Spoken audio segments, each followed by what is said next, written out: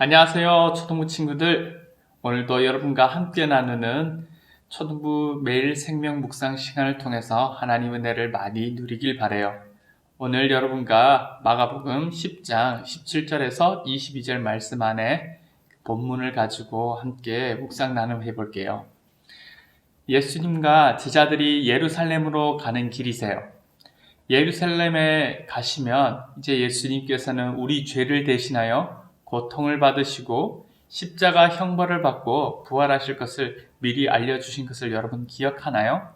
그리고 지금은 부활절 전 40일, 그 사순절 기간이에요.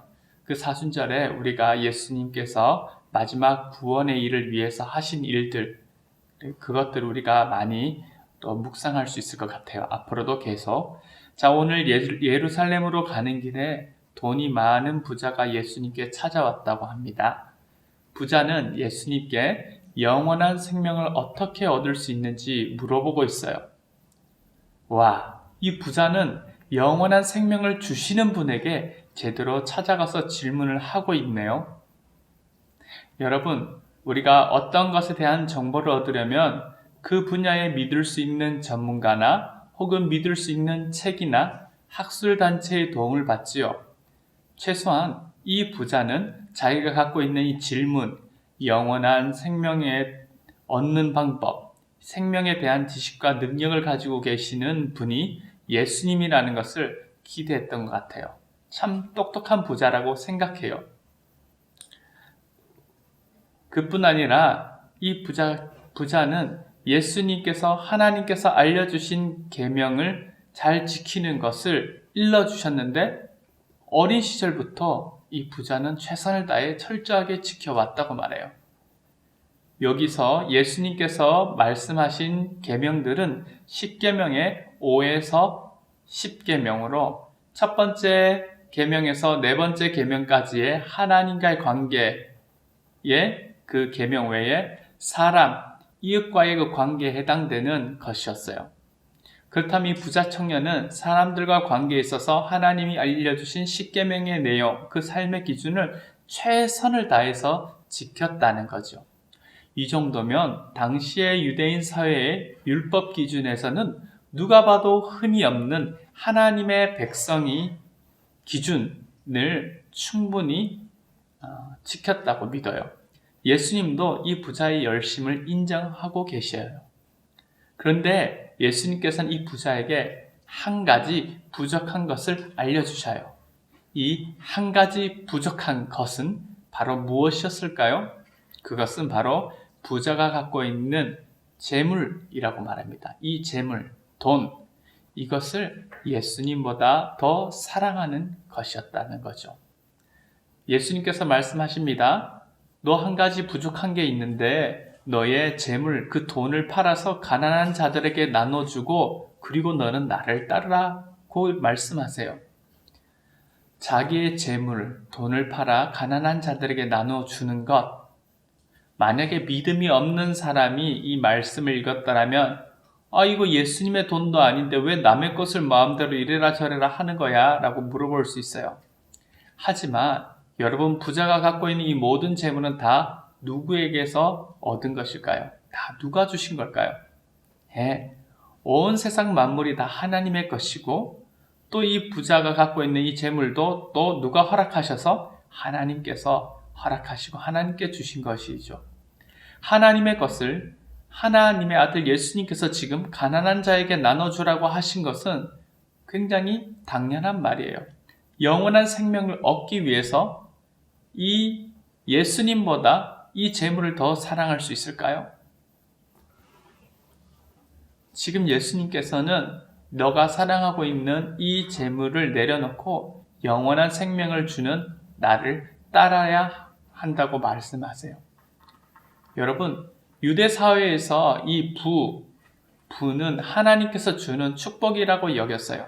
부자를 보는 사람들의 시선도 하나님의 축복을 받는 일을 했기 때문에 이 사람이 이렇게 보상으로 이렇게 부여하고 돈을 많이 벌었다고 이렇게 여겼을 수 있어요. 하지만 마음의 중심을 보시는 예수님은 지금 모든 것을 다 돈을 얻는다 하더라도 이것 하나가 영원한 생명을 얻는데 걸림돌이라고 예수님께서 말씀하시는 거예요. 부자는 예수님께 정답을 들었습니다. 하지만 예수님의 말씀에 따르지 않고 있어요. 부자는 매우 슬퍼하며 예수님을 떠나갔어요. 지금 부자에게는 영원한 생명보다는 당장 내가 누리는 것들을 잃는 것이 너무나 아까웠던 것이에요. 부자는 마음속으로 내가 영원한 생명을 얻는데 이것 말고 다른 방법은 없는가 계속 변명해보며 생각했을 거예요. 예수님은 우리의 중심, 마음을 보세요. 영원한 생명을 얻기 위해서는 세상의 그 어떤 것보다도 예수님을 가장 귀한 분으로 우리의 주인으로 모셔야 해요. 이러한 사람은 내가 갖고 있는 재능이나 시간이나 돈이나 지식이나 미래에 대한 우리의 꿈, 이 모든 것도 다 누구를 향해야 돼요? 우리 주인이신 예수님을 향해야 돼요. 그리고 우리의 주인이신 예수님이 기뻐하시는 대로 이 모든 것을 사용해야 하는 거예요. 하나님께 축복을 받았다고 생각할 수 있는 이 많은 재물이 결국 하나님 나라에 들어가는데 걸림돌이 되었죠. 그것을 바로 누구의 것이라 생각했기 때문이에요? 내 것이라고 생각했기 때문이에요. 그리고 예수님보다 내 것을 더 아끼고 소중하게 여기는 것, 이것이 욕심이고 이것이 하나님 나라에 들어가는 사람에게 가져야 될 덕목이 아닌 거예요. 자, 부자가 부족한 것 한 가지가 있다는 것을 예수님께서는 사랑으로 알려주셨어요.